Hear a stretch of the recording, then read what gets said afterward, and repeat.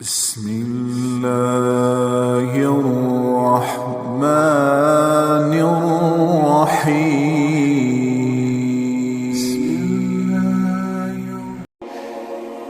آپ فرماتے ہیں تجھ سے پوچھا جائے نا کہ تجھے اللہ سے محبت ہے تو جواب نہ دینا بلکہ خاموش ہی رہنا.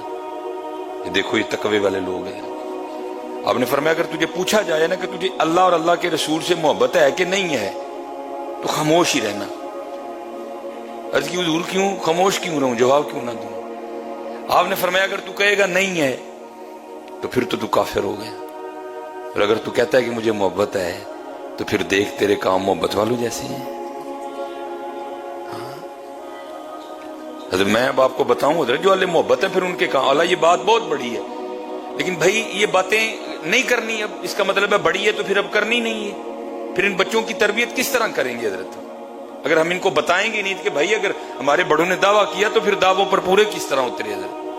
حضرت بابا فرید رحمۃ اللہ تعالی علیہ فرماتے ہیں کہ مجھے معرفت کے حوالے سے نا ایک مشکل درپیش ہوئی.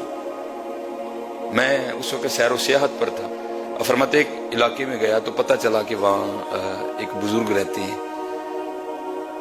پہاڑ کی چوٹی پہ.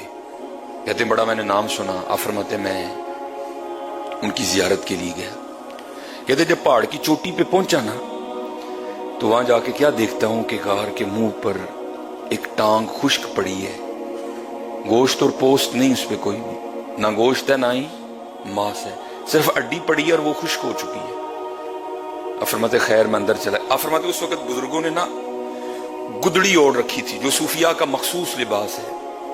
فرماتے میں حضرت کی خدمت میں جا کے بیٹھا تو مجھے نہیں پتا چلا کہ حضرت کی بھی ایک ٹانگ کوئی نہیں، آپ کی بھی صرف ایک ہی ٹانگ ہے. آپ فرماتے مجھے نہیں پتا چلا. باتیں ہوئی جو میری مشکل تھی حضرت نے اس کو حل کر دیا.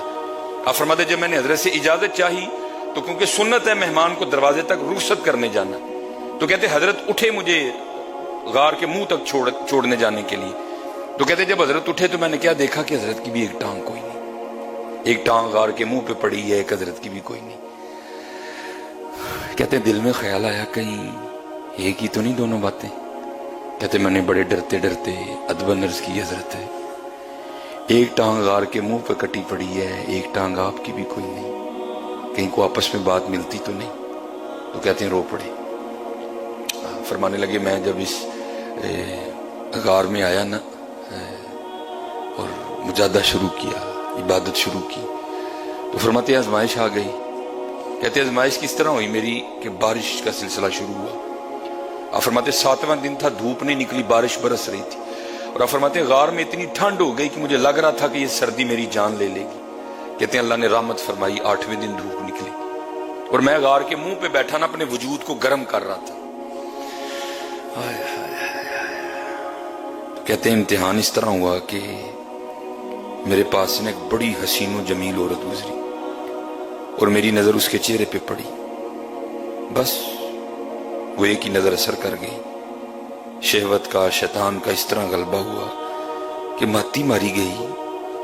اس پہاڑ کی بلندی پر تو عورت کا آنا ناممکن ہے، آ ہی نہیں سکتی، تو یہ عورت کہاں سے آ گئی. لیکن بس نگاہ پڑ گئی حضرت. فرماتے ہیں اتنا شہوت نے غلبہ کیا کہ میرا جی چاہا کہ میں اس کے پیچھے جاؤں اور جا کے نا اس کو پھر دیکھوں. کہتے بس میں اٹھا اور اس کی جانب جانے کے لیے نا میں نے غار میں سب سے پہلے دایاں پاؤں باہر نکالا. کہتے بس پاؤں کا نکالنا تھا تو غیب سے آواز آئی، واہ بھائی واہ، ہیں عشق دے دعوے ساڈے نال تے جاندے گہراں پیچھے ہو. اللہ، عشق دے دعوے ساڈے نال تے جاندے گہراں پیچھے. فرماتے ہیں یہ دایاں قدم ہی تھا جو سب سے پہلے غیر کی جانب بڑا تھا، میں نے اپنے ہاتھوں سے ہی کاٹ دیا. تو حضرت فضیل بن عیاض نے کیا فرمایا، یہ تقوی ہے حضرت ان لوگوں کا.